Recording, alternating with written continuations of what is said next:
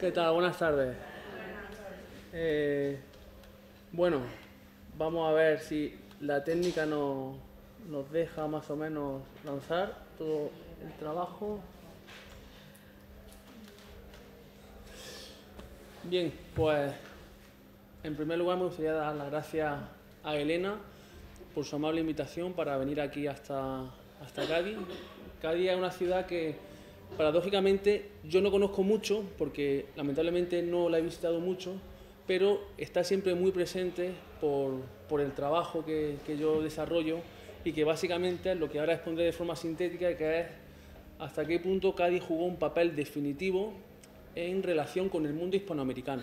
Y por ahí van a ir un poco los tiros. De todas formas que no soy gaditano ni siquiera de adopción, pero sí que me siento un poco gaditano de corazón pues, por todo lo que supone Cádiz en el mundo americano.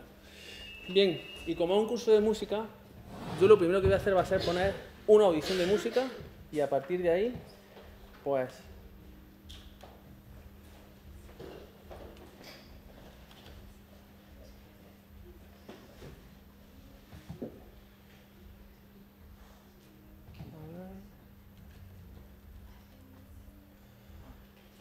Si esto va... que parece que no.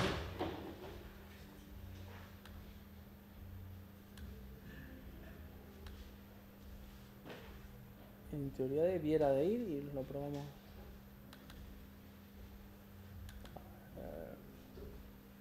Espera.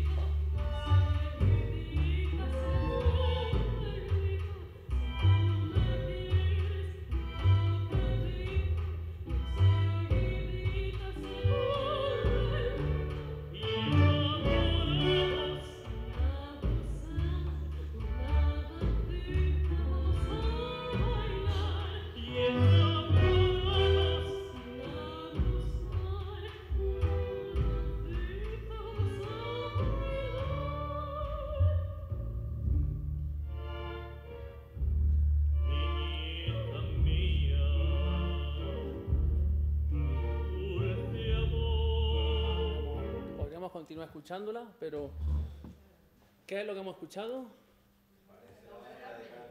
Parece la Habanera de Carmen, y de hecho la Habanera de Carmen se inspira en esta obra que es anterior y que es bastante más desconocida que la Habanera de Carmen, que sí que es muy popular, y es una habanera efectivamente que se llama El Arreglito y que es de un compositor español peninsular llamado Sebastián Iradier.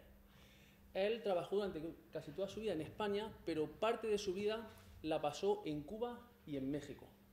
Y esta pieza es muy interesante, en mi opinión, de cómo un compositor peninsular que viaja a Hispanoamérica coge elementos musicales rítmicos, en este caso de la tradición mexicana o caribeña, y los reutiliza, pero para crear un repertorio que se identifica con lo español, ¿verdad? Todo el mundo que escucha esto dice, esto es la música, las canciones españolas del 19.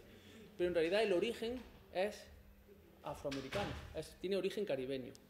Y entonces utilizaba esta primera audición como punto de partida y a partir de ahí hacer un recorrido retrospectivo, es decir, mirar hacia atrás porque aquí no vamos a hablar del siglo XIX, vamos a hablar sobre todo del siglo XVII y XVIII. Ahora profundizaremos un poco en esto.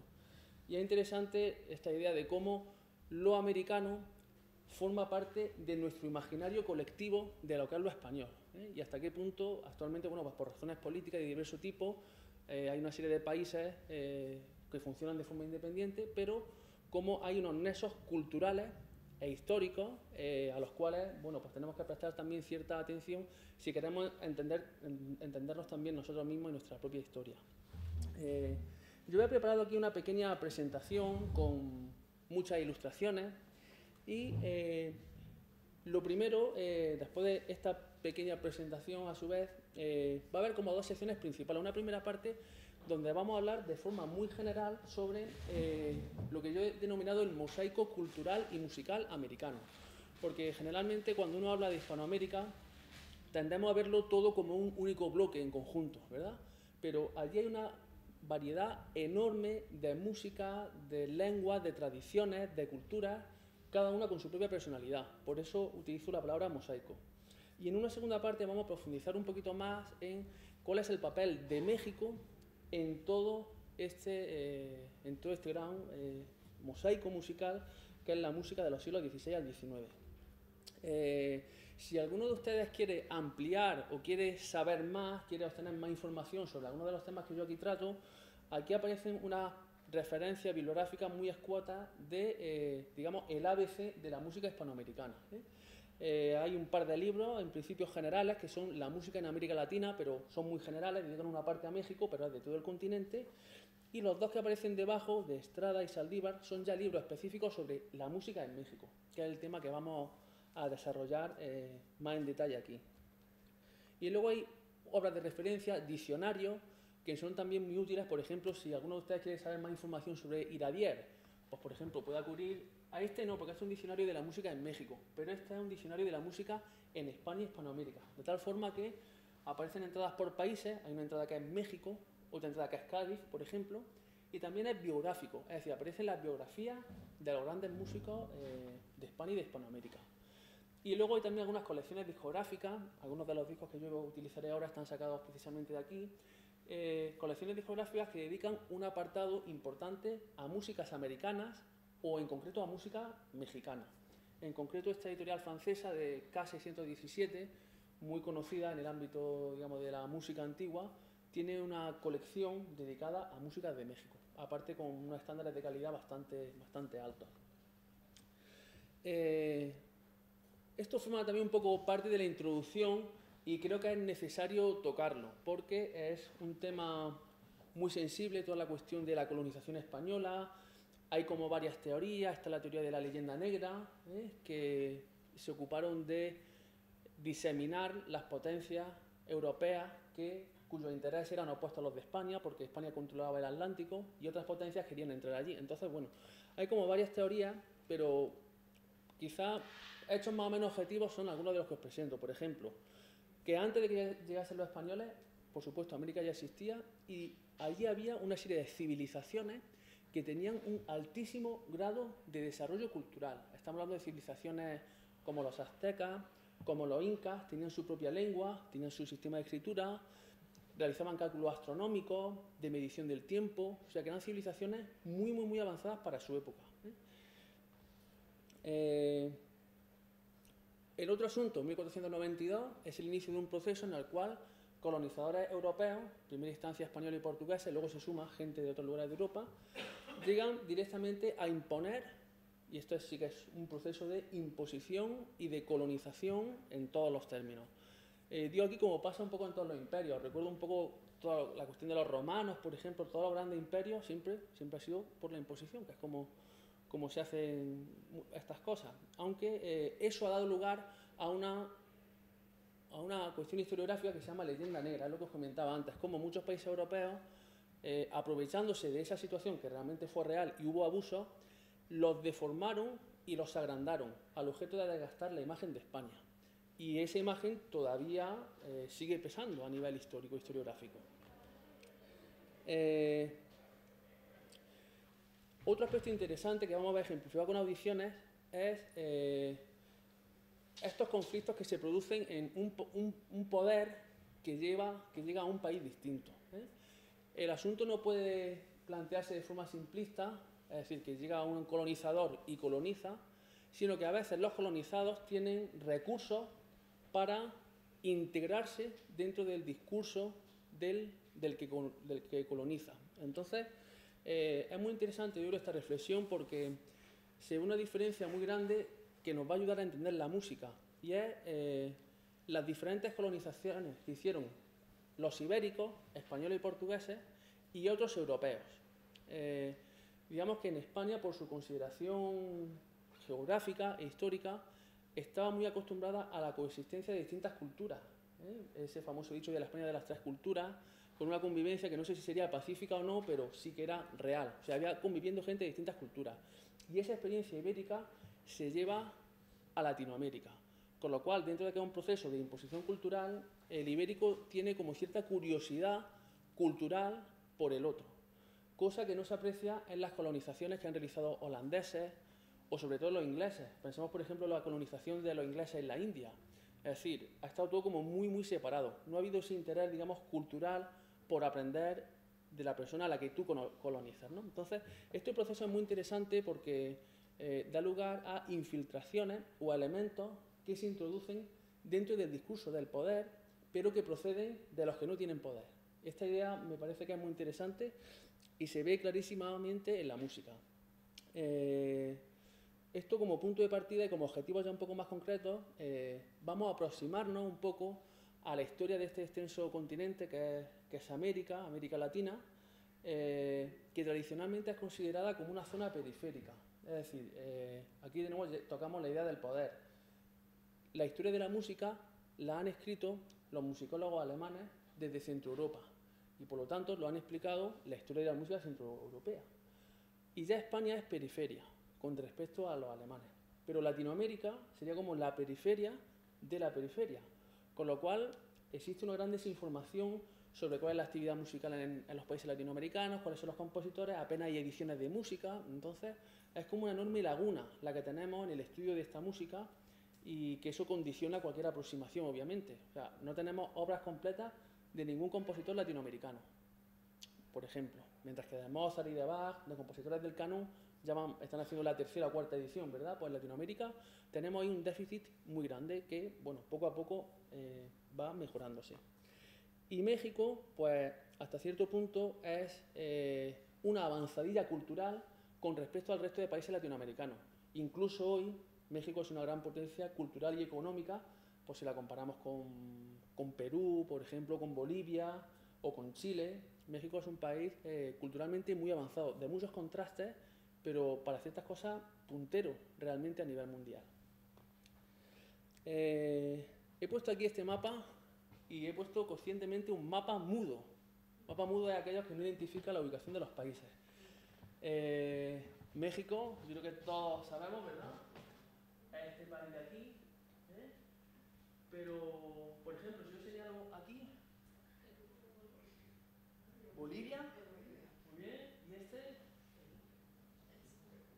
sería Perú, muy bien, y este Venezuela, muy bien, y este Chile, muy bien. Todos más o menos ubicamos dónde están esos países, que ahora aquí ya vemos representados de una forma mucho más clara. En realidad, tenemos que tener en cuenta que las fronteras de los países actuales son fronteras artificiales, creadas en el siglo XIX, y que no responden ni a criterios históricos ni culturales. O sea, culturalmente, en América hay al menos 3 grandes zonas, si no 4.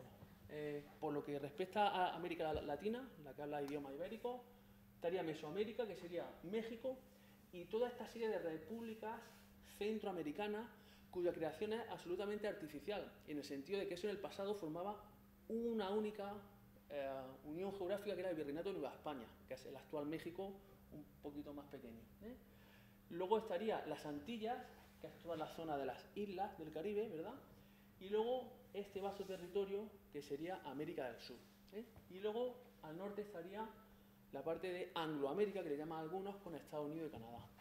Entonces, culturalmente tenemos estas 3 o 4 zonas y me interesa, este ya es un mapa ampliado, A mí es que me gustan mucho los mapas. Tengo casi obsesión por los mapas porque hacen que me contextualice y me sitúe en el lugar en el que estoy.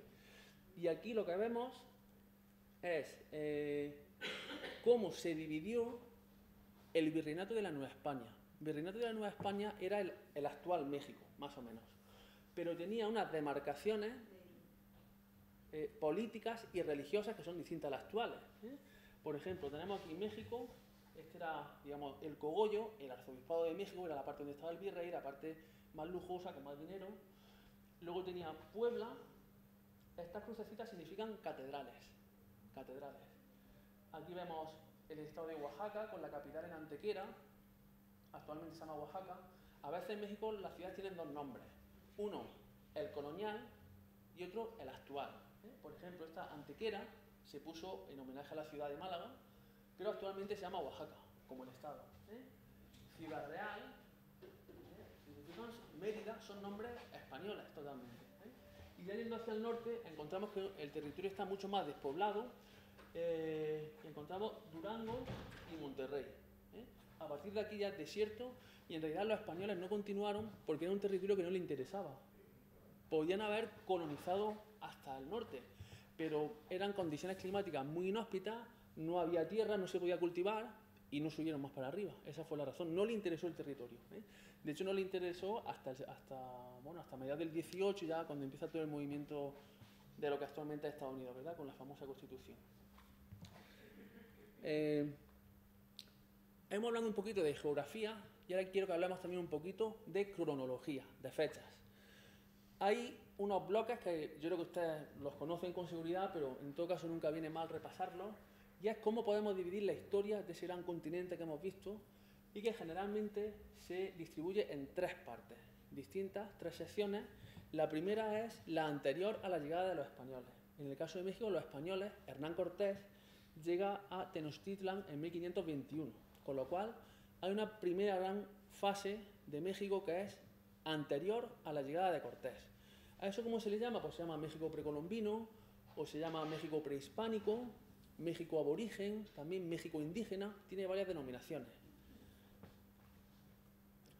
Una segunda historia, que es la que aquí nos vamos a centrar, es lo que se llama el México español, es decir, el periodo colonial, y que va de 1521, en que llega Cortés, hasta 1821, en que Iturbide, que es un general del ejército mexicano, declara la independencia. Son 300 años en el caso de México. En el caso de Cuba, por ejemplo, fueron más, porque los españoles llegaron en primer lugar a las islas y Cuba permaneció bajo dominio español hasta 1898, o sea, son casi 100 años más. O sea, que depende un poco de cada país, de cada zona, este periodo pues, es mayor o menor. Y por último tenemos lo que se llama el México independiente o el Estado republicano, que es desde 1821 hasta la actualidad. También con unas vicisitudes, pues bueno, también en el terreno de lo político, un tanto polémica, una fuerte reacción antiespañola, aunque por otro lado una herencia que es tan evidente cuando uno va allí que, en fin, hay muchísimas pervivencias de la cultura hispánica, por supuesto, comenzando por el idioma. Bien, esta ilustración que vemos aquí es un biombo, porque en Nueva España se hizo muy tradicional esta idea de decorar los biombos con pinturas. Y aquí vemos uno de la Catedral de México, que era la catedral más importante de toda Nueva España. Aquí vemos una en la actualidad, presidida por esa enorme plaza, ¿verdad? La antigua Plaza de Armas, actualmente se llama Zócalo. ¿Alguien ha estado en México? ¿Sí? ¿En Ciudad de México? ¿Y alguna otra ciudad? Querétaro. Bueno, también ciudad colonial, muy importante en la época. Y aquí lo que vemos, y ya nos vamos aproximando poco a poco al terreno musical, es el coro de la Catedral de México. Como todos ustedes saben, en las catedrales se desarrollaba culto, y ese culto era solemnizado musicalmente por parte de unos músicos profesionales que recibían el nombre de capilla de música. Y estos músicos se colocaban justamente en el coro. Si se fijan, en este grabado aparece muy bien, el coro es un espacio cuadrado o rectangular separado de la catedral. Es como una especie de catedral dentro de la catedral. Y aquí, en torno a estas bancas, se sientan los canónigos. Los canónigos son los miembros del cabildo. Y aquí aparece un elemento con un libro que no se ve nada, pero yo le digo que es de música, y ustedes me tienen que creer. Un libro de música colocado sobre un artefacto de madera que se llama facistol. Muy bien, el facistol del coro, sobre él reposan los libros de música. Y entonces una catedral bastante importante, sirvió de modelo para otras catedrales en Latinoamérica y bueno, actualmente tiene unos problemas tremendos porque toda la Ciudad de México, no lo dije antes, pero está asentada sobre un antiguo lago, el lago Texcoco, que desecaron, de tal forma que el terreno es totalmente arcilloso. Hay muchos problemas con los edificios altos. Y la Catedral de México, yo la última vez que fui, estaba totalmente apuntalada con andamios. Y había un péndulo, y estaba el péndulo y la catedral totalmente, o sea, era un impacto visual tremendo porque estaba totalmente desplazada. Otras ideas generales que quiero exponerles. Fíjense, una imagen vale más que 1000 palabras. Esto que vemos aquí es el Virreinato de la Nueva España. La principal diferencia es que si pensamos en el México actual que vimos antes y en el Virreinato, que es siglo XVI al XVIII, las dimensiones son casi el triple. O sea, el Virreinato tenía el triple de extensión que el actual país de México. ¿Qué pasó? Que a mediados del siglo XIX, con Estados Unidos ya como potencia emergente, México adquirió deuda con Estados Unidos, no pudo pagarle en dinero y un general, Santa Anna, le pagó con territorio. Y le dio más de la mitad del territorio del país, se lo pagó para condomar la deuda. Eso es un hecho histórico. Y lo que es más, incluía todas las repúblicas centroamericanas, las Antillas, el área caribeña, y si nos damos la vuelta al mapa y nos vamos para acá, Filipinas. O sea que México es importante, o Nueva España fue importante por lo que fue en sí misma, pero también porque servía de correa de transmisión de todas las acciones políticas y culturales hasta la más lejana colonia del Imperio Español, que era la isla Filipinas con su capital en Manila, y cuya historia posterior en el siglo XIX fue totalmente ya distinta a la de México. Aquí unas portadas de unos discos.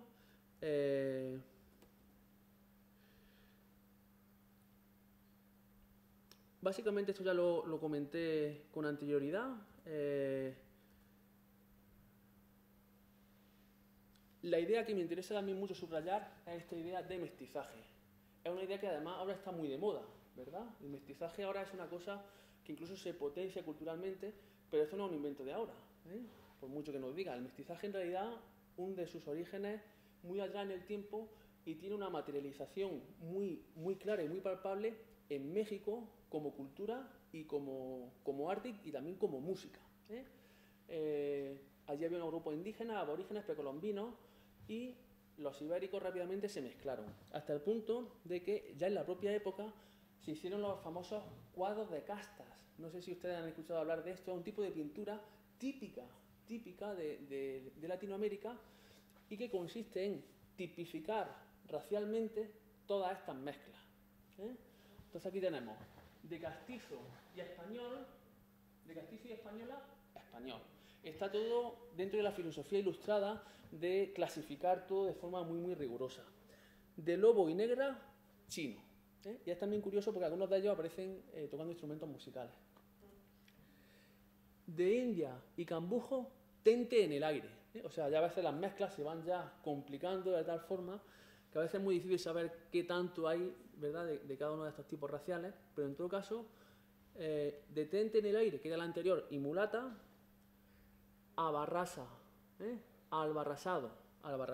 Y así van más de 100 tipos raciales de mezcla. Esto a mí me parece que en sí mismo constituye un homenaje al mestizaje. Y estos cuadros son del siglo XVIII. Ocurre que esta idea de mestizaje a veces nos ha llevado a algunos malentendidos desde el punto de vista musical. Y es que, tal y como digo aquí, muchas veces se toca música latinoamericana como si fuese un mestizaje en sí misma.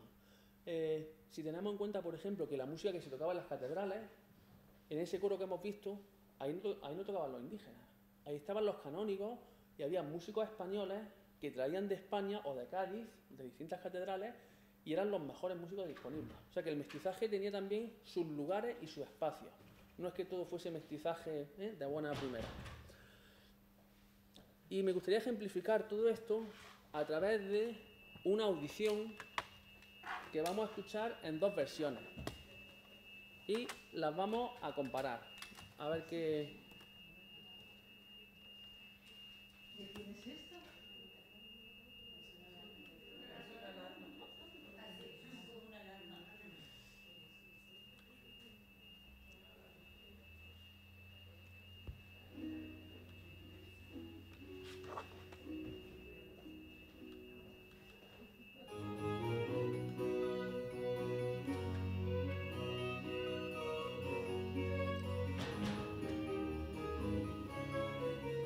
Simplemente escuchen la música y traten de retener la melodía.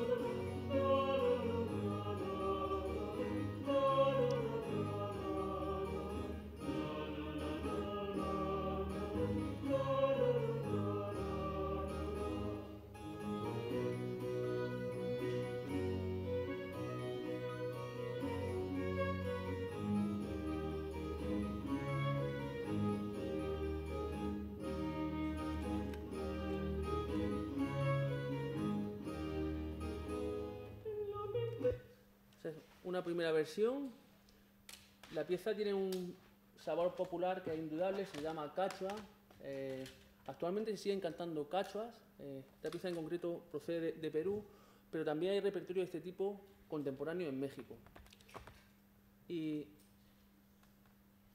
vamos a comparar una y otra versión para ver cómo a partir de una misma melodía, de un mismo manuscrito, pueden derivarse versiones muy distintas. Por lo tanto, hay una parte de percusión, ¿verdad?, que no está en el manuscrito.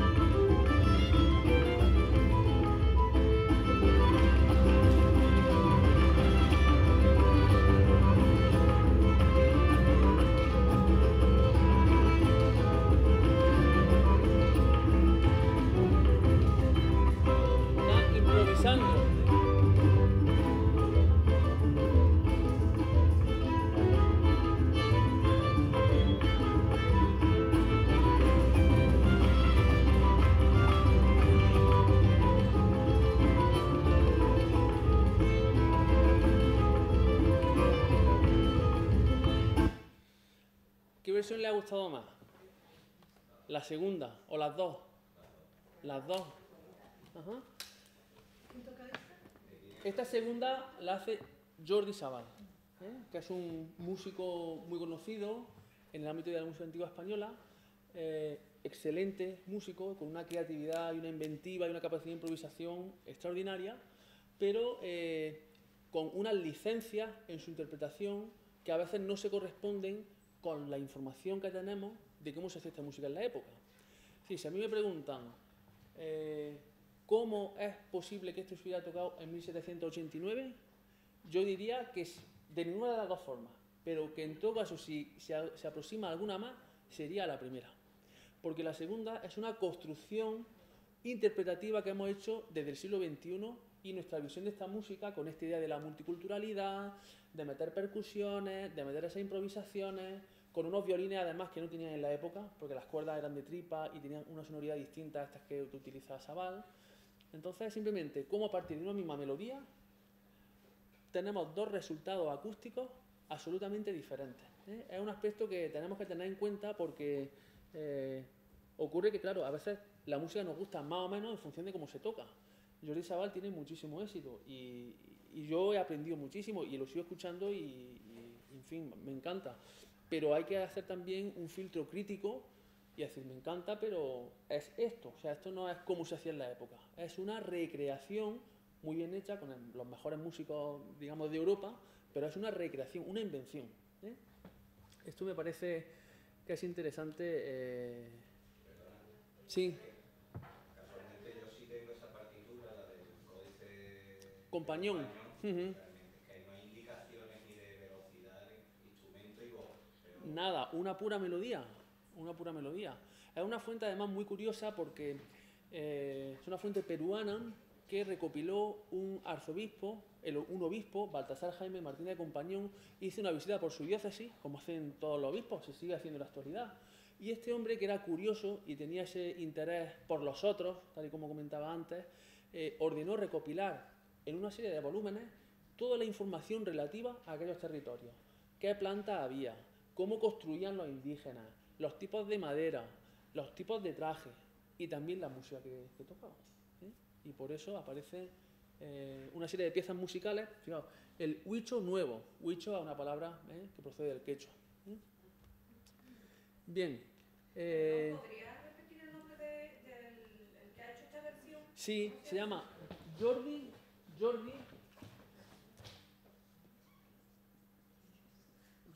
Sabal. Algunos le llaman San Jordi. No le dicen Don Jordi, sino San Jordi. Un personaje de una influencia enorme en la interpretación de la música antigua española y de una fama en Europa. O sea, sus conciertos son lleno absoluto. Gran comunicador también, en fin, todo un estratega. Es gran músico, pero tiene también otras facultades. Un aspecto interesante que me gustaría tratar brevemente es esto que os comentaba antes de cómo vosotros imaginaos el choque. Llegan unos españoles que son cristianos y allí hay unos indígenas que hablan otra lengua y que tienen unos códigos culturales absolutamente distintos. Los españoles quieren imponer su religión y utilizan la música como herramienta evangelizadora. Como el choque es tan fuerte, los españoles en un momento flexibilizan y dejan que ciertos elementos de las culturas nativas se integren como una forma de integrarlos también en la nueva religión. Entonces, todo esto que vamos a escuchar aquí son todo piezas religiosas. Y vamos a ver las distintas estrategias que utilizaron unos y otros, porque esto lo hicieron entre los dos. Lo hicieron los españoles, pero también hubo una aportación de la cultura indígena o nativa. Entonces, distintas estrategias. Algunas de ellas, por ejemplo, hacer música al estilo europeo, pero utilizando lenguas indígenas. Por ejemplo, náhuatl, quechua y un mosaico, porque esa es realmente la palabra, lingüístico que existe en Latinoamérica. Entonces, imaginaos, por ejemplo, un motete, una pieza del siglo XVI, pero que en vez de cantarse en latín, un jesuita, un misionero, dice, no, yo que estoy estudiando la lengua de ellos, la voy a traducir a su idioma. Pero se canta, musicalmente es idéntico. Esa es una primera estrategia. Vamos a escuchar un ejemplo de este tipo de interacción cultural, que en mi opinión es algo sumamente interesante y sumamente original, que no se encuentra en otros países europeos. Vamos, en otros no, en ningún país europeo. Es algo característico de la música hispanoamericana y que hace que para mí tenga un atractivo y un elemento diferencial que no olvide la música europea. Y yo me he formado en el canon europeo, en Bach, y yo estudio a estos compositores. Pero esta música tiene elementos diferenciales que hay que contextualizar y que estudiar, ¿eh? En ese sentido creo que es un repertorio muy interesante. Vamos a escuchar un ejemplo de un motete en náhuatl.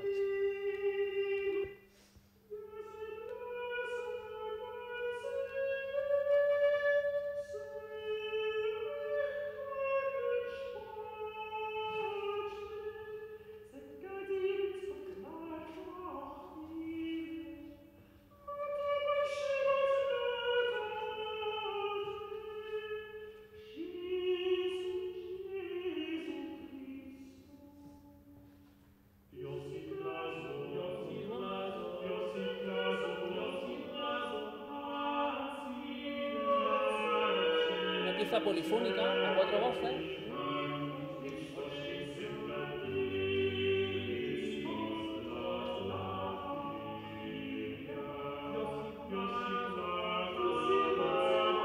La traducción a la derecha.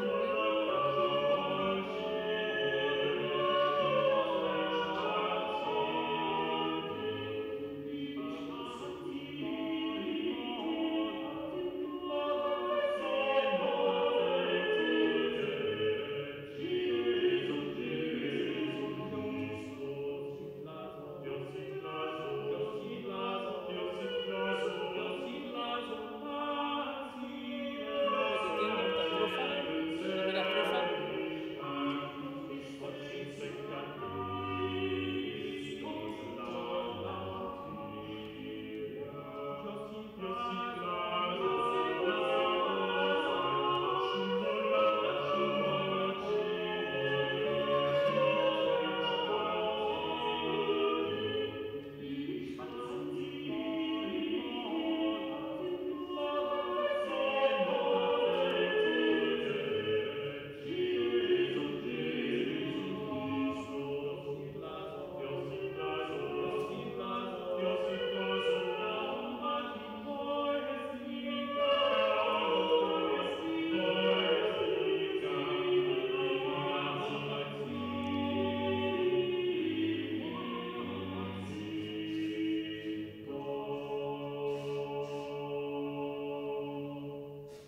En este caso ha hecho solo una estrofa de las dos y es interesante también que vayamos comparando las versiones. Antes hemos visto una versión muy colorista con muchos instrumentos de percusión y ahora hemos escuchado una versión pura en el sentido de que es polifonía a capella, ¿eh? Esto en la época probablemente sería con instrumentos musicales acompañando, pero puesto que se trata de música religiosa y tiene texto, y no nos olvidemos que lo que nos interesa es que se transmita muy claramente el mensaje doctrinal, entonces esto sería seguro cantado vocalmente y luego con un acompañamiento instrumental. Esta es una versión de un grupo que se llama The Hilliard Ensemble, no sé si os suena, es un grupo inglés muy importante porque ha contribuido con su trabajo a recuperar una parte de la música polifónica del siglo XVI en España. Y ellos siempre son 4 cantantes y cantan a capella. A capella y además que no llevan ni diapasón. O sea, los señores salen allí, dan el diapasón en la capilla, ¿verdad?, de la iglesia o en el baño, y entonces salen los 4. Yo esto es que lo cuento porque lo he visto, ¿eh? Y se miran y ya comienza aquello a caminar y están la hora y media o la hora cantando, pero sin tener tono de referencia. Todo de, o sea, oído absoluto y además con una capacidad, es algo, a mí me impresiona mucho, ¿eh?, ver este tipo de actuaciones. Y musicalmente, bueno, ya habéis visto que está muy bien afinado, la entrada y los finales están todos muy bien coordinados, en consonancia con la gran tradición coral que tienen los ingleses, y que es una tradición que también teníamos en España y que hemos perdido, por distintos factores. Yo tampoco ni a favor ni en contra, simplemente constatar una evidencia, y es que en España, a través de las capillas de música de las catedrales, había un nivel musical muy alto, a tenor de las obras que se nos han conservado. Si se nos han conservado obras anotadas de que eso se cantó, que aquella gente lo cantó. Y el nivel es muy alto. Por un proceso de desamortización en el siglo XIX y de incautación de los bienes eclesiásticos de la Iglesia, el Estado tomó posesión de bienes eclesiásticos, con lo cual el poderío económico que tenía la Iglesia, que era muy grande, se perdió y no había dinero para pagarle a los músicos. Entonces extinguieron las capillas de música. Y eso en Inglaterra, por cuestiones ideológicas, por cuestiones de religión, anglicanos, etcétera, esa tradición se ha mantenido viva. Con lo cual, si uno va a Westminster o a cualquier gran universidad o catedral inglesa, tienen su capilla de música cantando polifonía en las misas. Para mí algo muy, muy hermoso que se haya conservado esa tradición. Eso ya al margen de creencias y demás, ¿no? O sea, simplemente por el puro hecho estético. Algo muy, muy bonito. Hemos visto entonces un primer ejemplo de apropiación que yo creo que es el más evidente, ¿verdad? O sea, tenemos una música europea, le quitamos el texto europeo y metemos el texto nativo. Pero sin embargo hay formas más sutiles de llevar a cabo este proceso de integración. Formas, digamos, que son ya propiamente musicales, utilizando elementos rítmicos o elementos armónicos que están tomados de la tradición popular, pero que se infiltran en la tradición culta. Y quiero poneros un ejemplo de una pieza de un músico portugués que se llamaba Gaspar Fernández. No Fernández, Fernández en castellano, pero en portugués ellos dicen Fernández. Y este personaje es un caso también muy curioso de un músico que nació en Portugal, en Évora, en un momento en que las coronas española y portuguesa estaban unidas. Es decir, Felipe II se casó con la reina de Portugal, con lo cual esa unión dinástica propició que los territorios que tenía España por un lado y Portugal por otro, que tenía también mucho, fuesen como una especie de espacio enorme de circulación de todos los músicos de la península ibérica, fuesen españoles o portugueses. Por eso tenemos que Fernández, siendo portugués, trabajó en una catedral de México, que era posesión española, digamos, que era la Catedral de Puebla. Y es un músico muy interesante por muchos motivos, pero uno de ellos es porque se ha conservado un libro de música, autógrafo. ¿Sabes lo que significa autógrafo? Autógrafo quiere decir que fue él mismo quien lo copió. Eso también es muy interesante porque las versiones que tenemos son las del propio compositor, las autorizadas y revisadas por él. O sea, no es que él compone la obra y lo copia otra persona a los 50 años y esa es la copia que nos llega. No. Tenemos la copia original, lo cual ya de por sí es un hecho interesantísimo. Y tiene además la particularidad de que este libro contiene los primeros villancicos y canciones con texto en castellano que se han conservado en Latinoamérica. Es una fuente valiosísima. Un libro pequeñito, muy pequeñito, pero de un valor enorme. De principios 1609. 1609 al 16 es cuando se copió este libro, estando él en la Catedral de Puebla. Y aquí tenemos una pieza que tiene dos aspectos de interés, en mi opinión. El primero es la mezcla de idiomas. Pues tiene una imitación de cómo los indígenas hablaban castellano. En vez de decir Jesús, ¿verdad? Decían Jesús. De mi corazón, corazón. O sea, tenemos por un lado este aspecto puramente fonético, que es una transcripción de cómo pronunciaba el castellano, primera cosa. Pero es que si seguimos bajando, fantasía, ¿verdad? Tecan timochoquiliba. Ahí ya tenemos una integración del náhuatl, que es el idioma de los nativos mexicanos. Uno de ellos, porque había 50. Uno de ellos, el que se hablaba en la cuenca de México, en el centro de México. Esto es puramente en el texto, en lo lingüístico. Pero ahora vamos a escucharlo y vamos a ver qué pasa con la música y sobre todo con el ritmo. Quiero que se fijen ustedes en la parte rítmica y cuál es el tratamiento que Fernández dio a esta obra. Un compositor bien conocido, más o menos estudiado, dentro de lo poco estudiados que están todos estos personajes en general. A veces, bueno, pues obtener información de ellos es un penoso proceso detectivesco, en vez de investigación.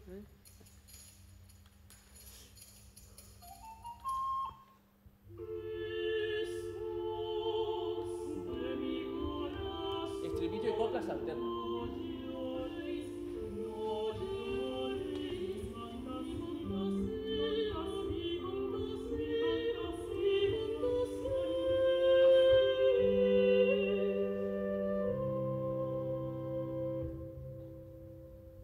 Le canti mocio chilia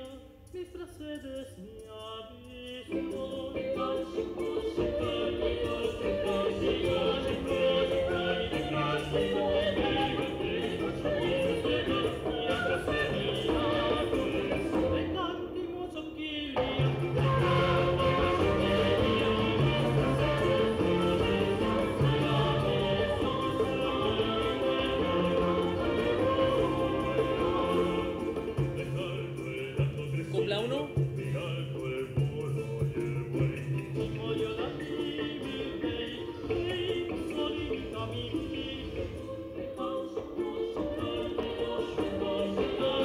Enganchado con esta parte final del estribillo.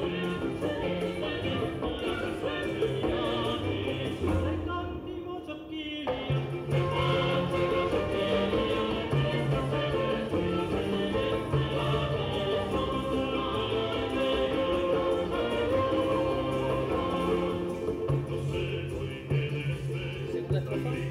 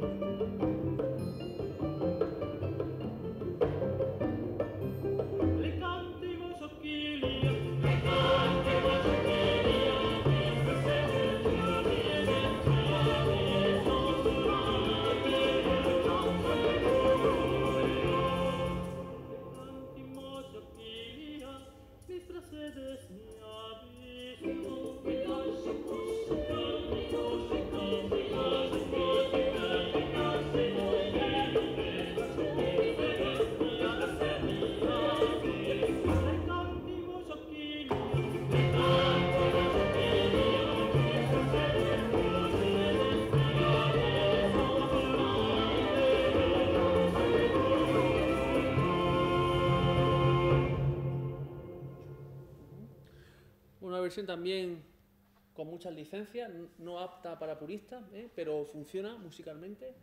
Y tenemos por un lado la cuestión de la estructura, es la estructura clásica del villancico, estribillo que alterna con una o varias coplas. En este caso con la particularidad de que no se repite el estribillo completo en alternancia, sino solo la última parte de las coplas, lo que se llama respuesta a las coplas.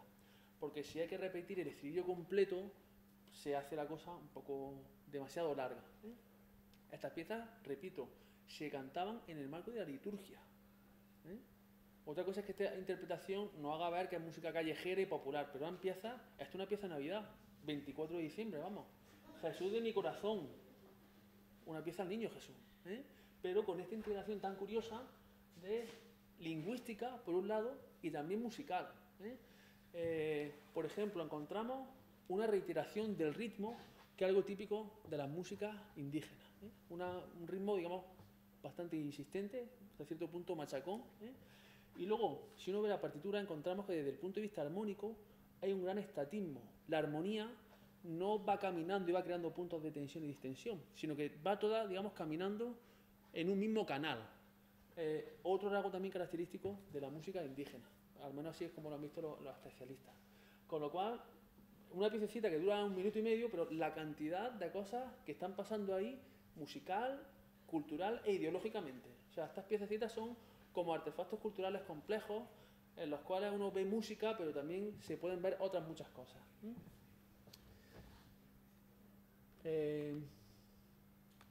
Bien, otro aspecto que también me interesa desarrollar mucho es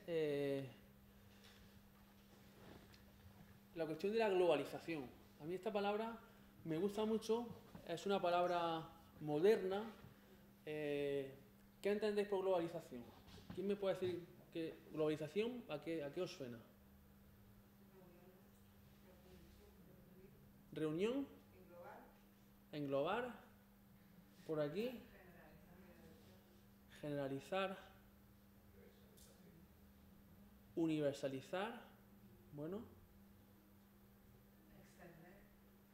extender, también son palabras, digamos, que se mueven ahí en ese mismo campo semántico. Generalmente cuando se habla de globalización lo hacemos en un sentido moderno para referirnos a todos los avances culturales y económicos que se produjeron en el mundo occidental, sobre todo Europa y Estados Unidos, en los años 60, 70, con ese, digamos, auge económico y esa conexión e interdependencia de los mercados. Estamos ahora mismo sufriendo los efectos de la globalización, ¿verdad? Una crisis generada en un lugar concreto, pero que como un virus se extiende y afecta a todo el planeta, ¿verdad? Es una consecuencia actual de la globalización. Pero mi tesis, un poco mi argumento aquí es que podemos hablar también de globalización musical cuando nos referimos a esa expansión colonial que realizaron los países europeos, sobre todo con España y Portugal, como hemos dicho, por el resto del mundo conocido. Está esa famosa frase de, para referirse a Carlos V, el imperio donde no se pone el sol. Literalmente no se ponía el sol porque es que tenía territorio a lo largo y ancho del globo. Y la música que se hacía en estos territorios muchas veces era compartida. Encontramos compositores como Palestrina o como Guerrero que se cantaban en Pekín, en Cádiz, en las misiones de Mojos y en las misiones franciscanas de California. Y era en la misma música. Entonces, para mí, estos son argumentos para hablar de una incipiente, por supuesto, incipiente globalización aplicada a la historia de la música que fue posible gracias a la acción de España y Portugal. Y aquí no hay que tampoco hay que dejar los chauvinismos fuera y los complejos, es un hecho obvio, que gracias a esa expansión todos los estilos musicales europeos se dispersaron por todo el mundo conocido. Básicamente esto es lo que presento de forma sintética aquí en estos puntos. Primera mundialización de las relaciones musicales. Obviamente no me refiero a la globalización actual, que cuenta con otros medios de comunicación muy diferentes a los que había en 1750. Y aquí ha sido muy importante la Iglesia Católica, porque la Iglesia Católica, con ese afán expansionista de extender su religión hasta los confines del mundo y también con esa idea de crear una identidad católica que sea supranacional, que esté por encima de los países, eso ha contribuido también a la globalización musical, porque junto a esa idea supranacional ha ido la música como parte del culto. Y entonces muchos compositores, Palestrina por ejemplo, un ejemplo palmario de globalización en el siglo XVI, porque se cantaba en todo el mundo, en todo el mundo. A lo mejor piezas que fuesen, que os digo yo, una pieza instrumental para guitarra, es mucho más difícil que se globalice, que se extienda, que llegue a todos los lugares, ¿verdad?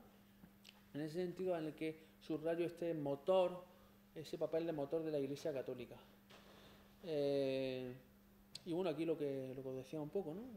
Cómo una serie de compositores son compartidos por todo el mundo conocido. Y ahora os pondré más adelante algunos ejemplos concretos de Cádiz, ya que estamos en Cádiz, para ver también hasta qué punto la música que se hacía en Cádiz, debido a la ubicación de la ciudad como puerto y puerta de Indias, se difundió por toda Latinoamérica. Ahora veremos algún ejemplo ya más concreto. Aquí digo, un nuevo electricista. Yo a veces, esta es la sensación que tengo cuando estoy estudiando este tipo de música, en el sentido de que en España hemos estudiado nuestra propia historia de la música, en México han estudiado su historia de la música, en cada uno de estos países han hecho historias nacionales de la música, sin tener en cuenta que estábamos hablando de un espacio y una órbita cultural compartida. Y eso ha llevado a desenfoques importantes. Entonces, en este sentido, hablo de electricista, ¿no? Un poco de conectar realidades históricas del pasado que actualmente, por cuestiones políticas o del tipo que sea, están de espaldas a nuestro conocimiento. Muchas veces subrayando o exagerando diferencias que aparte son imaginadas o inventadas. Por supuesto que hay diferencias, pero es que se exageran. Y estas palabras, pues yo creo que son de una rabiosa actualidad, por otro lado, ¿no? En el contexto general, político y cultural en el que nos movemos y que se aplican a España y a otros muchos países, por supuesto. Hay un autor que, si queréis profundizar en este tema de globalización, pero aplicada al pasado, es un hispanista francés muy bueno, ha trabajado mucho en México, se llama Serge Gruzinski, tiene varios libros sobre el tema, en los que explica justamente esto, ¿no? La artificialidad de las fronteras políticas actuales y la necesidad de, como historiadores de la música en este caso, superar esas fronteras y establecer vínculos culturales y de aproximación para comprender mejor la historia. Muy interesante sobre todo lo que os decía, en 1580, el año en que Felipe II se casa con la reina de Portugal. Y ya los portugueses que tenían posesiones en China y todo Brasil se suma a lo que tenían los españoles. Os podéis imaginar que era el espacio geográfico, era la persona más poderosa del mundo, por el control geográfico que tenía del territorio. Bien, un aspecto muy sorprendente, a mí me pasó cuando fui a México y también a otros colegas, es cuando uno va a trabajar y visita un archivo de música en México o en cualquier otro país de Latinoamérica, es la gran cantidad de música que hay compuesta en Europa. Hay música compuesta también en México, de maestros mexicanos, pero hay también mucha música compuesta en Europa y enviada a México. Entonces, ¿por qué hay tanta música de autores europeos en México? Pues aquí se apunta, yo apunto dos ideas, y una es la demanda musical que había. Vosotros imaginaos que llegan a México, construyen las catedrales, ponen en marcha las capillas de música y necesitan algo para cantar. Entonces hay una demanda muy fuerte de música del exterior. Eso en primer lugar. Y en segundo lugar, el tema de la imprenta. La imprenta es fundamental para entender la música del periodo. En Latinoamérica había muy pocas imprentas y las que había estaban muy controladas por el Estado, por la monarquía en este caso. ¿Por qué? Porque era una herramienta que podía ser peligrosa desde el punto de vista de la difusión de las ideas. Con lo cual, pocas imprentas y las que hay muy controladas con el Tribunal del Santo Oficio, que eran los que se encargaban de vigilar todo el tráfico y que todo estuviese en orden desde su perspectiva. Entonces, hubo varios músicos que quisieron imprimir sus libros de música, pero no pudieron porque no había papel, o porque el papel era muy caro, o en fin, historias de diversos tipos. Aquí os pongo el caso de un músico, Gutiérrez Fernández Hidalgo, español, toledano, que se movió en el área de América del Sur y en 1607 pues, el hombre quiso publicar un libro y no hubo forma, porque es que no había papel. Estaba muy controlado. Fue una estrategia también del Estado para mantener el control del territorio. Bien, otro ejemplo, este ya nos toca más de cerca, un ejemplo andaluz. No sé si os suena este autor, se llama Juan Bermudo, fue un músico y teórico, escribió libros de música y tiene un libro muy influyente que se llama Declaración de Instrumentos Musicales, de mediados del siglo XVI. Aquí vemos la portada de la segunda edición y si uno comienza a leer el libro, sobre todo justo al principio, en lo que se llama el prefacio o prólogo, dice: bien tengo entendido haber en España mucha y buena música, de la cual se pueden los tañedores aprovechar. Los tañedores se refiere a los instrumentistas, los que tocaban instrumentos musicales. Y así no había necesidad de la mía. Se tira un pegote de modestia aquí el personaje. Dice: pero he sido importunado de amigos que imprimiese alguna música hecha a posta para tañer. Mayormente que de Indias me han rogado por ella. Entonces, ahí ya tenemos, ¿verdad?, una referencia. Parecióme cosa justa hacerlo. O sea, como me lo piden, pues yo, que soy legal, pues lo hago, ¿no? Entonces, encontramos aquí una primera referencia muy interesante, temprana, porque es mediados del siglo XVI, de esta idea de demanda musical y de cómo los que van para allá escriben por correspondencia: oye, mándanos música, mándanos libros, que aquí no tenemos de nada. Esto es muy, en el prólogo para el lector. O sea, esto es la primera página del libro. Tenemos también otro ejemplo muy curioso de otro personaje, otro maestro de capilla, en este caso de Granada, se llamaba Luis de Aranda. Tuvo un conflicto con el cabildo de la catedral, siempre hay problemas. Siempre que uno estudia la música en las catedrales, siempre hay problemas, siempre hay broncas. Los músicos, con diferencia, el gremio más problemático que hay trabajando en las catedrales, multitud de conflictos con los cabildos. En este caso tenían un problema porque Luis de Aranda no le daba clase de música a los seises, a los niños, a los infantes de coro. Y los seises estaban, pues, que aquello era un desastre, no aprendían música, aparte tenían que vivir con el maestro de capilla en régimen de internado. O sea, el maestro tenía una casa y tenía que tener allí a los seises metidos, dándoles clases, dándoles de comer, vistiéndolos, seis. Entonces, claro, era una situación de mucha presión para los maestros de capilla y una fuente de conflicto extraordinaria. ¿Estás hablando de Granada? Estoy hablando de Granada y del caso concreto de Aranda, que a raíz de un rapapolvos que le echó el cabildo por descuidar los seises, aquí ya él, digamos, saca pecho y dice, oye, mira, está hablando de los villancicos y de las chansonetas, dice, de donde con tanta copia de ellas, es decir, hay tantas, y de saber bien hacer las dichas chansonetas, dice Aranda, estoy siempre carteado y muy rogado por ellas de casi todas las iglesias de 100 leguas en contorno, y de las Indias, donde viendo una chansoneta mía, la estiman. Y un maestro muy hábil y que hoy vive en una iglesia principal, cantando una chansoneta de Aranda, honró los papeles y alabó mucho, de que hay testigos. Dicen, oye, que esto hay testigos y lo pueden decir, que no es un invento mío. Entonces, otro ejemplo más, hemos puesto el de Osuna, de Bermudo, otro ejemplo más de, en este caso de Granada, que digamos tenía una orientación interior, no es un puerto atlántico como Cádiz, por ejemplo, o como Sevilla, que tenía conexión directa. Granada está en el interior, como Jaén o Córdoba, es una conexión con América distinta, y aún así vemos que hay testimonios ya de este tipo de peticiones, siempre por correspondencia. Esta tabla únicamente la pongo como ejemplo de un hecho curioso, y es que Sevilla fue la primera ciudad de España que imprimió un libro de música.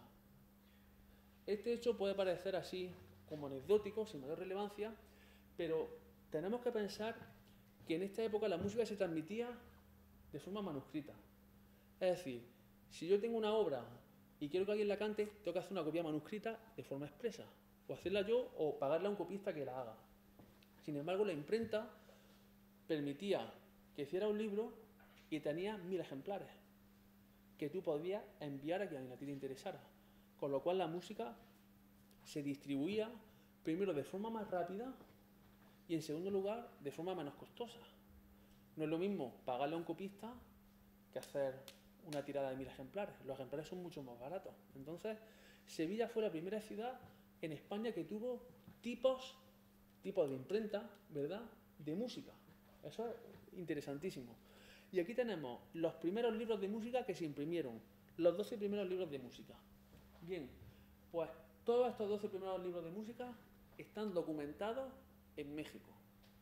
Todos, del primero al último, se han documentado en México en inventarios de personas que vivían en México, en tiendas de libros de México que estaban a la venta, etc. Con lo cual, pretendo con ello mostrar la importancia de Sevilla en relación al comercio y a la música propiamente dicha que se enviaba a Latinoamérica. Era, como os podéis imaginar, un mercado potencial extraordinario para un impresor. O sea, si yo viviera a mediados del 16 y me dijeran, oye, ¿dónde quieres poner una imprenta? Yo me iría a Sevilla, porque con todo lo que había, todo el movimiento americano, era un lugar de oportunidad. Bien, otro aspecto interesante es ver cómo llegaba la música de España a Latinoamérica, cómo se transmitía físicamente la música. Y entonces hay varios modelos. Hay una difusión de carácter comercial. Vosotros imaginaos, un librero de Sevilla coge 50 libros de música y se lo envía a un librero de México que los pone a la venta en Ciudad de México y los vende. Una difusión comercial, institucional. Pero había otra difusión que es mucho más difícil de rastrear y que es una difusión de carácter personal. Por ejemplo, yo voy a coger el navío desde Cádiz hasta Cuba, hasta La Habana, y yo en mi equipaje, como equipaje de mano, llevo partituras de libros de música. De esos equipajes no se hacía declaración, con lo cual es mucho más difícil saber qué obras llevaban consigo los músicos, porque eso no se declaraba en ningún lugar. En todo caso, los principales formatos son los siguientes. Cantorales, ¿sabes lo que son los cantorales? Son libros de gran formato donde se escribe qué tipo de música. ¿Qué tipo de música se escribe en un cantoral? Se escribe canto llano, canto gregoriano. De eso que estuvo hablando Juan Carlos hace unos días, ¿verdad? Eso se copiaba en los cantorales. Después tenemos libros de polifonía, que son libros como los cantorales, pero más pequeños. Ahora vamos a ver algunos ejemplos y va a quedar más clara la explicación. Y luego, papeles sueltos. Por ejemplo, un papel, aquí se copia soprano, Aquí el alto, aquí el tenor, papeles sueltos literalmente hablando. Esto que vemos aquí, esto es un ejemplo de cantoral. En este caso estamos hablando de un cantoral que es impreso. No es un cantoral manuscrito copiado a mano, sino que está impreso en una imprenta. Tiene el pentagrama, ¿verdad? Esas 5 líneas y 4 espacios sobre los que se escribe la música. Están, en este caso, en color rojo. Y luego tiene las notas cuadradas, la notación propiamente dicha, en negro. Este proviene de la Catedral de México. Ahí está. Es un libro impreso en Salamanca. Y aquí vemos un cantoral, pero en este caso manuscrito. Es un cantoral copiado a mano. Estos libros solían ser, como digo, de gran formato. De gran formato es que pueden llegar a medir hasta 80 centímetros. Y están copiados en pergamino. O sea, a diferencia de los libros impresos que se imprimen en papel, de distinto tipo, textura y rugosidad, los cantorales siempre se copian en pergamino. ¿Saben lo que es el pergamino?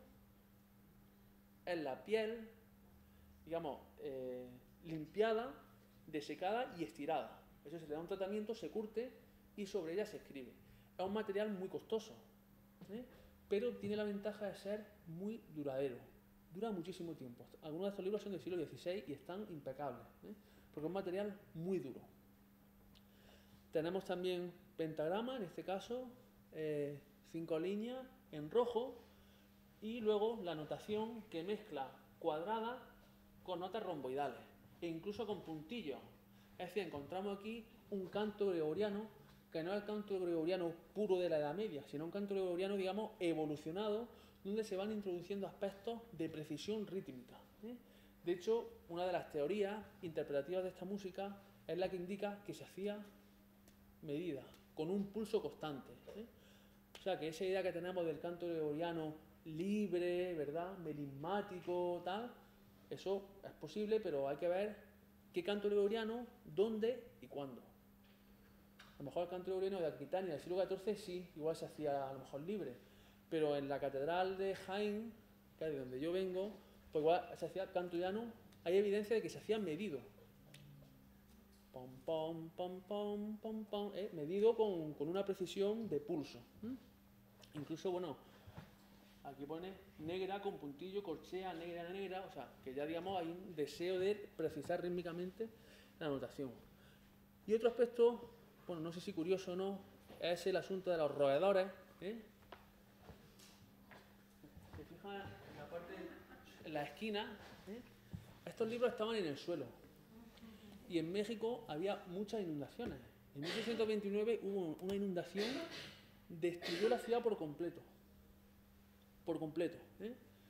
Y muchos libros, este en concreto es posterior, pero muchos libros tienen las marcas de hasta dónde les llegó el agua.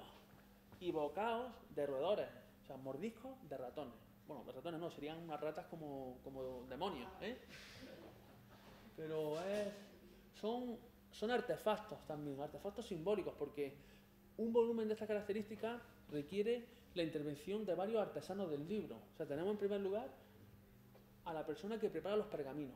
Los pergaminos ya se compran preparados, pero hay un artesano que se ha preocupado de curtirlos y de... Luego había una persona que era la que copiaba la música. O sea, hacía los pentagramas con un rastrum. ¿Sabéis lo que es un rastrum? Un rastrum es como una especie de pluma en forma de rodillo, como para pintar, pero tiene 5 puntas. Con lo cual, si se pasa, hace 5 líneas. Eso se llama rastrum, una palabra muy bonita del latín. Con ese rastrum se hacían los pentagramas. Y luego este copista de música copiaba la música. Generalmente después otro copiaba el texto. Eran artesanos especializados. Y aquí no se ve, pero había otro artista que era el que hacía las miniaturas. Las miniaturas de estos libros que a veces son obras de arte de un valor incalculable. Son como pequeños cuadros metidos dentro de los libros. No tengo por aquí... ¿Este es mexicano? Este es mexicano, todo esto es Catedral de México. O sea, que había todos esos artesanos. Todos estaban artesanos del libro, en primera instancia enseñados por los primeros europeos que llegaron, y luego crearon ellos su propia tradición del libro o también de construcción de órganos, construcción de instrumentos. ¿Con la imprenta o no? Digamos que recondujeron sus actividades, pero la copia manuscrita del libro siempre se mantuvo. Sobre todo en el caso de las catedrales, porque este es otro asunto que Juan Carlos es de los máximos expertos y seguro que va a hablar de él, y es que tenemos una visión de la música en general y el canto gregoriano muy unívoca. Es decir, el canto gregoriano es esto. Y en realidad no, porque es que había cantidad de variantes locales. Los ochantres también a veces introducían novedades en el repertorio. Y es posible que los libros que se utilizaban en Cádiz no sirvieran para México. ¿Por qué? Porque allí había una tradición propia que en principio llegó de Sevilla, que luego se fue forjando y rediseñando sobre sí misma, y por lo tanto cada catedral tenía sus libros y su canto gregoriano específico. Eso es muy importante. También en función de las festividades. Por ejemplo, en la Catedral de México, San Pedro era una festividad de primer rango. A lo mejor en Cádiz ese día no era un día muy importante, o sí, no lo sé, pero el asunto es que cada catedral tenía un calendario litúrgico y musical personalizado. Por lo tanto, estos libros, imprimirse, servían al principio para una parroquia, tal, pero a la larga cada catedral hacía sus libros manuscritos porque eran además objetos simbólicos. Esto lo colocaba allí en el centro del coro y claro, era un impacto visual también grande el que se tenía con este tipo de repertorio. Que aparte con los nombramientos de los maestros de capilla y demás, muchas veces estaba la obligación de componer una serie de obras al año para las festividades y demás, que producían aunque no quisieran. En el caso de los maestros de capilla, componían música polifónica. Música polifónica es música con varias voces, ¿verdad? Esta música es canto llano, es decir, es monodía. Esto es una única voz que la canta un coro, pero todos cantan la misma música. Esa es la monodía. Aunque haya 100, pero si todos cantan la misma melodía, es monódico. Y polifónico es que encontramos 4 voces distintas. Es decir, que en función de si eres soprano o si eres bajo, canta una música diferente al mismo tiempo. Esa diferencia entre monodía y polifonía. Y efectivamente los maestros de capilla tenían la obligación de componer polifonía, obligado.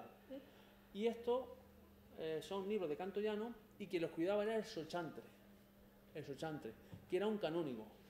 El maestro de capilla también le gustaba a los cabildos que fuera canónigo, pero no siempre era canónigo. A veces era un seglar. Bien, unas cuantas ilustraciones más. Francisco Guerrero, ¿os suena? ¿Qué me podéis decir de Francisco Guerrero? Venga, a ver, este sector que veo que está así bostezando y medio dormido. Cuando he dicho Francisco Guerrero, ha habido varias personas que han dicho, sí, cómo no, viejo conocido. A ver, ¿habéis cantado alguna pieza de Guerrero? ¿Alguien está en algún coro? ¿No? Pues es una experiencia que yo recomiendo. Cantar polifonía de Guerrero. Él era un músico sevillano, muy sevillano además, porque imprimió un libro en Roma y colocó aquí la Giralda, ¿verdad? O sea que los sevillanos, aquello es mucho amor propio, ¿verdad?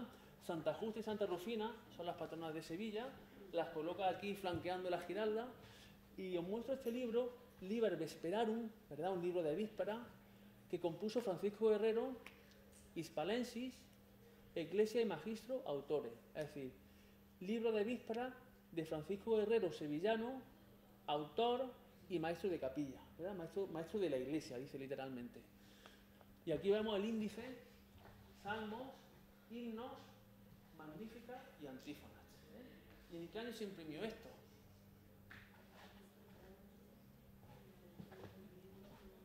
¿1584? ¿Y dónde? En Roma. ¿Os lo imaginado? No es lo mismo imprimir en Roma que imprimir en Sevilla. O sea, que Sevilla está muy bien, pero Roma es città eterna, ¿verdad? Dicen los italianos. Es la capital del papado y allí publicar un libro es como si uno publica un libro con Oxford University Press, que es una editorial de mucho prestigio, pues eso era Roma en aquella época.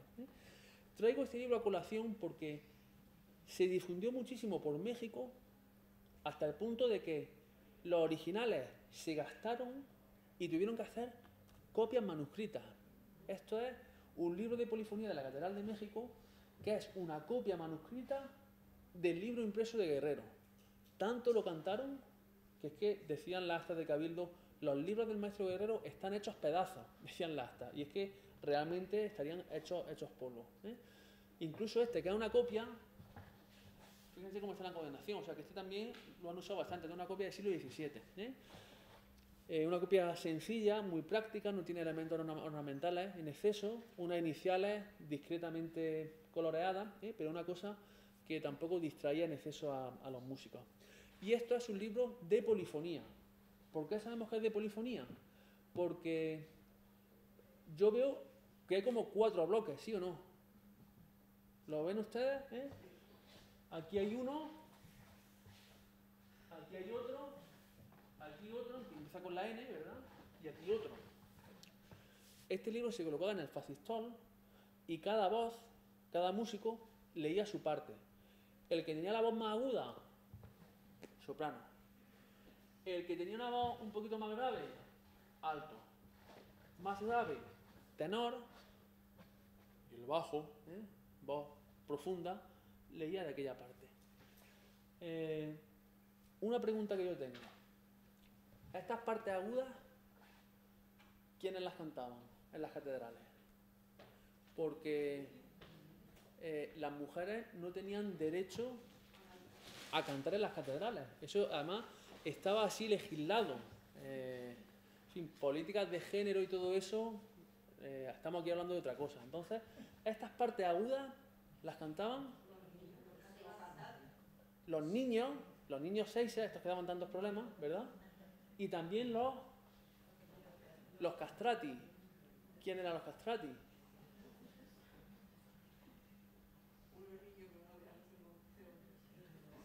Los castrati eran niños, no, eran adultos.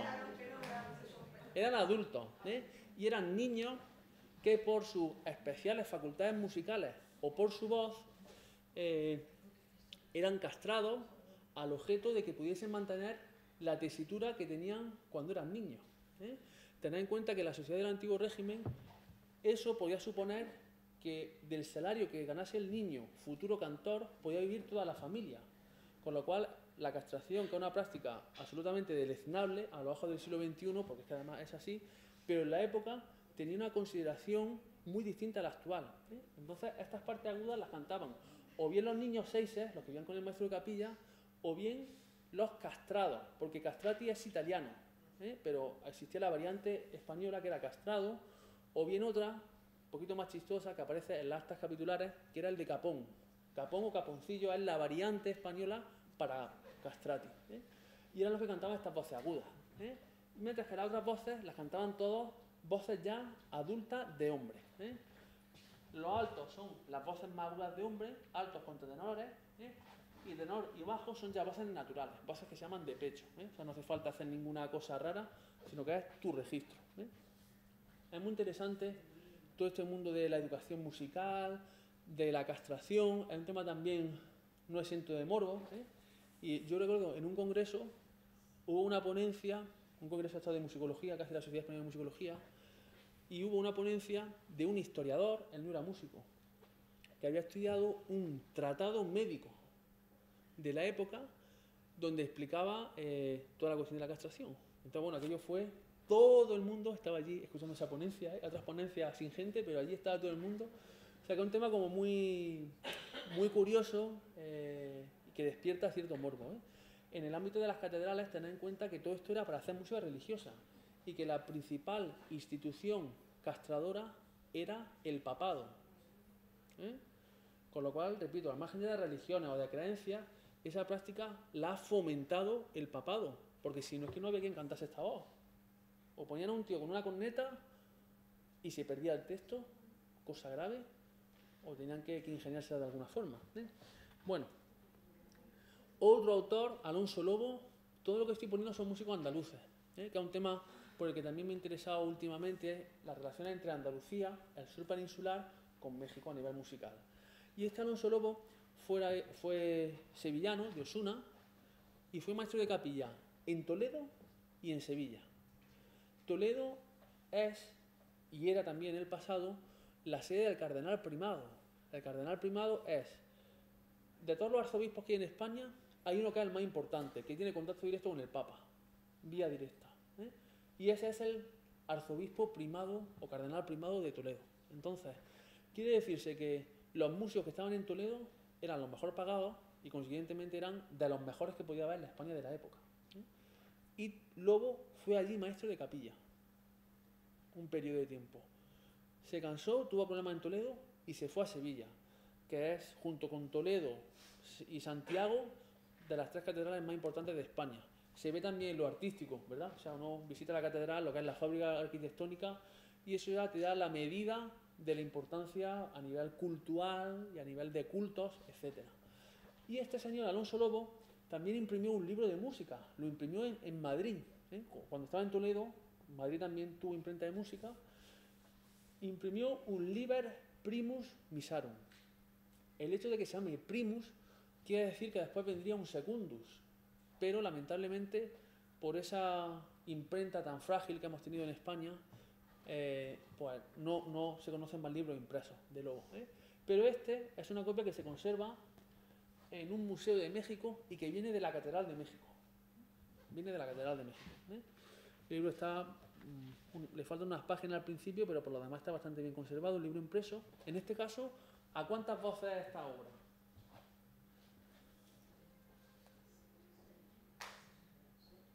A 6 voces. 3 y 3, ¿verdad? 3 y 3. 2 sopranos, que estarían aquí, ¿verdad? ¿Ves que pone ahí cantus? Ahí lo pone en latín inclinado, cantus 1, cantus 2, altus, un alto, un tenor, y luego bajo 1, 2 bajos. Los 2 bajos abajo además. Entonces en este caso tenemos una pieza de polifonía que es a 6 voces. Bueno, quiero poneros un ejemplo. ¿Sí? Escuchamos un ejemplo musical y paramos, ¿vale? Uno de los primeros discos que yo escuché cuando empecé a interesarme por este tema, así un poco de loco, de la música mexicana, es un libro que se grabó precisamente en Cádiz, que lo grabó la Universidad de Cádiz, en la que nos encontramos, y lo grabó el coro universitario. Y es un libro que se llama, un disco que se llama De Andalucía al Nuevo Mundo, el esplendor de la polifonía en la América del Barroco. Lo dirigió Marcelino Díez, que es una persona por la cual yo siento un afecto especial y un respeto profesional enorme por el trabajo que ha hecho sobre la Catedral de Cádiz en el siglo XVIII y que es una cosa, en fin, extraordinaria. Y entonces, en homenaje un poco a Cádiz, quiero poner una obra muy breve de un maestro de capilla que estuvo en Jaén, que se llama Juan de Risco, pero cuya obra se conserva en Colombia. No sabemos por qué, ahí está la obra, es un Salve Regina, una obra muy sencillita y muy breve, grabada por la Coral de la Universidad de Cádiz, dirigida por Marcelino Díez, una obra muy homofónica, una obra sencilla.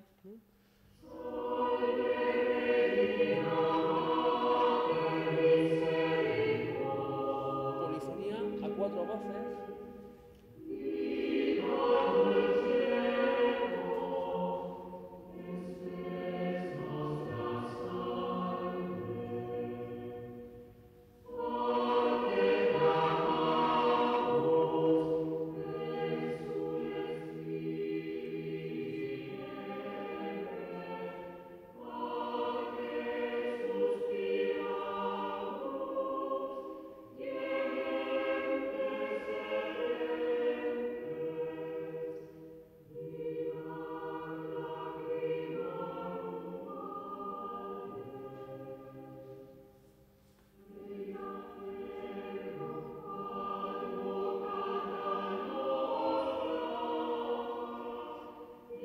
Estilo típico de final del siglo XVI, en latín, una pieza a la Virgen, Salve Regina.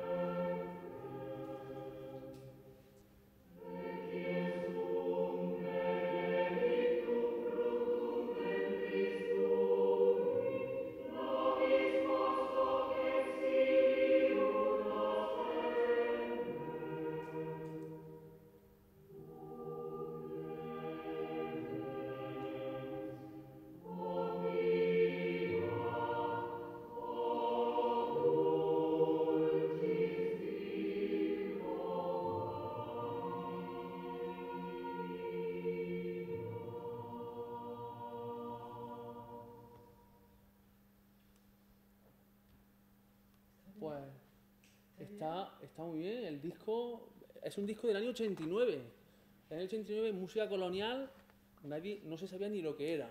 Y bueno, ya Marcelino tuvo la idea muy buena de hacer una selección de repertorio.